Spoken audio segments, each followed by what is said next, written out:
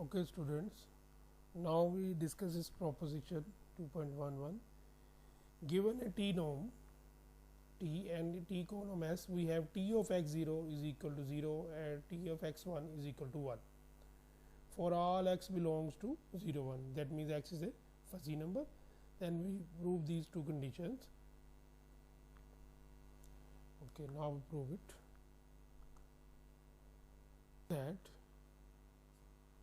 t of x 0 is equal to 0, where t is a t norm, or we can write it also x delta 0 is equal to 0. We prove this. For this purpose, we will take that 0 is less than equal to 0 and x is less than equal to 1. We can take these two fuzzy numbers 0 and x, and we see that 0 is less than equal to 0 and x is less than equal to 1. Now we apply the fourth property of t norm T4, which is monotonicity. That means 0 delta x is less than equal to 0 delta 1. But we know that 0 delta 1, the first property of t norm, that 0 delta 1 is 0. Anything t norm with 0 will get 0.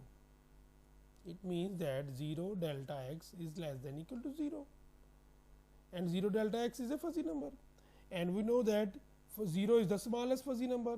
So it means that no number can be less than 0. So it means that 0 delta x should be equal to 0. If we apply the second property, x delta y is equal to y delta x, we know that, so it becomes x delta 0 is equal to 0. We use the second property. So this completes this. What is the second condition?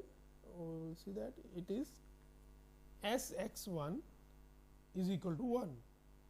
So prove it that x x 1 is equal to 1. That means t conorm of x 1 is equal to 1, or we can write it in this way as well, that x nabla 1 is equal to 1. We will prove it now. We can write it in both ways, that s x 1 is equal to 1 or x nabla 1 is equal to 1. Now, here we again take equal to x and 1 is less than equal to 1, because 1 is equal to 1. So, we can write it that 1 is less than equal to 1. So, we again apply here the fourth property of t conorm S4, which is also monotonicity, that 0 nabla 1 is less than equal to x nabla 1. Okay? But we know that 0 nabla 1 is equal to 1.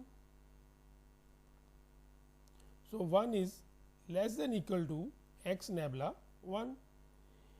It is the first property of t conorm that anything nabla with 0 will get this number.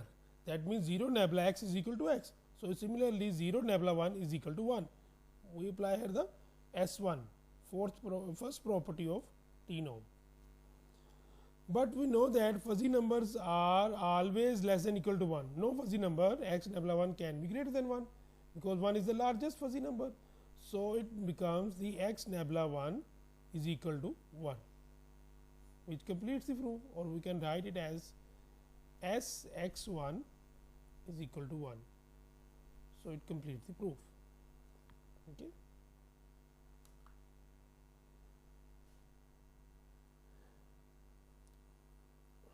Now, we see that Zadeh in 154 give us the definition that a triplet S T N is called a De Morgan triplet if T is a T norm, S is a T conorm, N is strong negation, and if they fulfill the De Morgan's law. S of x y is equal to negation of T of n of x, n of y, as we have discussed it, that T conorm of x y is equal to negation of T norm of 1 minus x 1 minus y. Similarly, we can see that on the other hand that uh, T norm of x y is equal to negation of S of n x S of n y. That means T of x y, T norm of x y can also be written as n of S of n of x. That means negation of T co-norm of 1 minus x 1 minus y. Okay.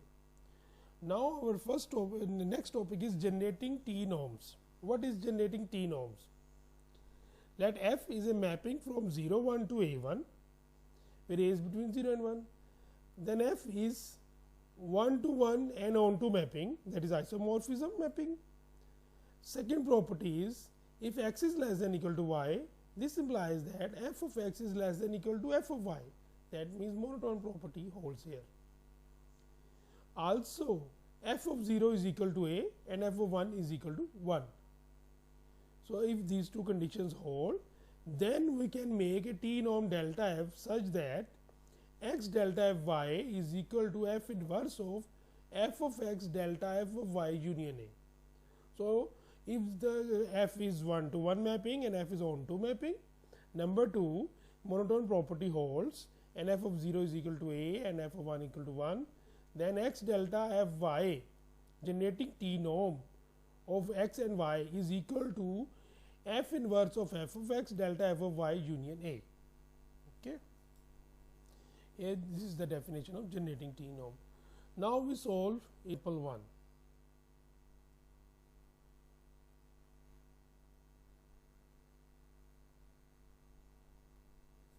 Example 1, that we have to find the generating T norm delta f y, and we are given that delta is equal to x y, x multiplied by y. F of x is equal to x is the function. Okay.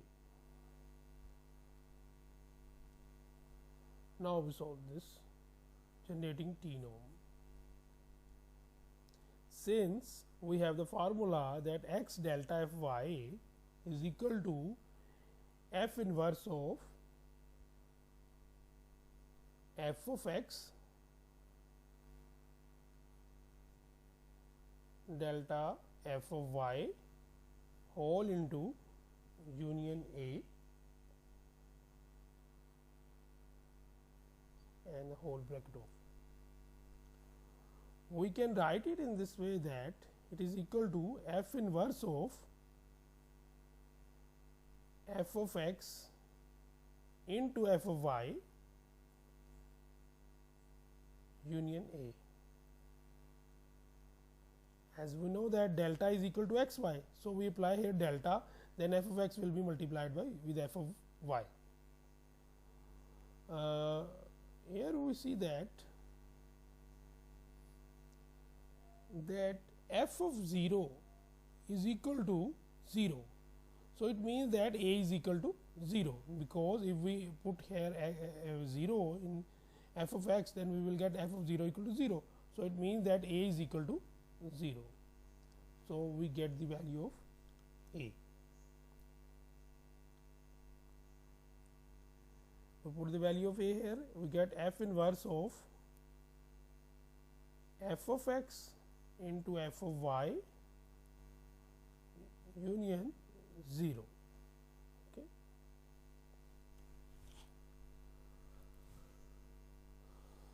But union 0, it means that it can be written as f inverse of f of x into f of y, because a is here 0.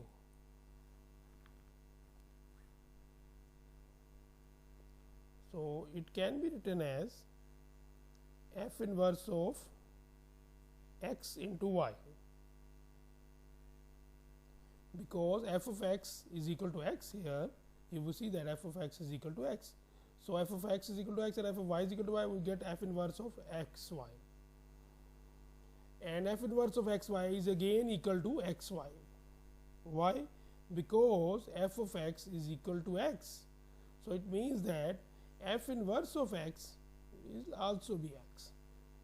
So, the internal value, if we take its inverse, we will again get xy. So it is our generating T norm that x delta fy is equal to xy. Okay.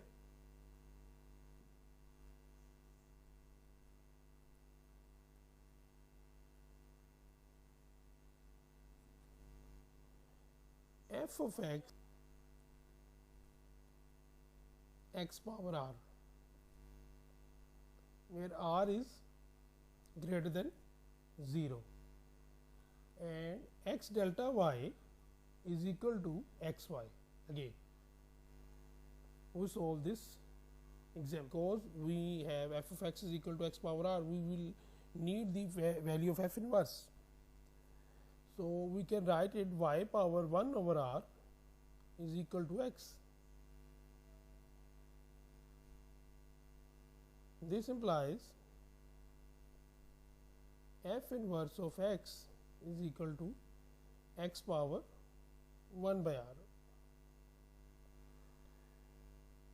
It is the inverse because x is equal to f inverse of y. F inverse of y is equal to y power 1 over r. Similarly, f inverse of x is equal to x power 1 over r. And here we see that again, that if f of 0 is equal to 0 power r, which is equal to 0, this implies a is equal to 0. So here we have the value of a is equal to 0. Now we see that the formula is x delta fy is equal to f inverse of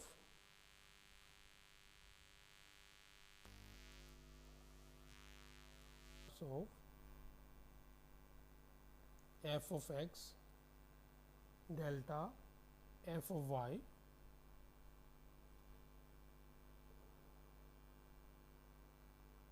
union A. We have, but we know that f of x delta f of y and delta is there x into y. So we multiply the T norm, apply T norm, we get f of x into f of y, because x delta y is equal to xy.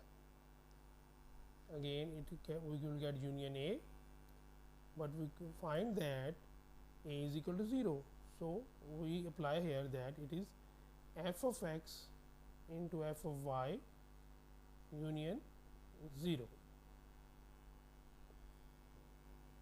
Since a is 0, so and all the fuzzy numbers are positive greater than 0, so we leave it here and we will get f inverse of f of x into f of y.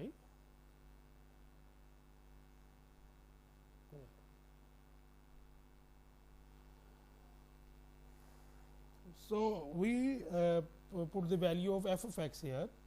We know that f of x is equal to x power r, since f of x is equal to x power r. So we get here f inverse of x power r into y power r. Now we apply the f inverse, but we know that f inverse of x is equal to x power 1 over r. So it will become x power r into y power r whole power 1 by r. So we see that r will be cancelled with 1 by r. We will get x power 1 and y power 1. We will get xy. So this is our the x delta fy. This is our the generating T norm. We again get the value of xy. So which completes the example. This implies that x delta fy is equal to xy.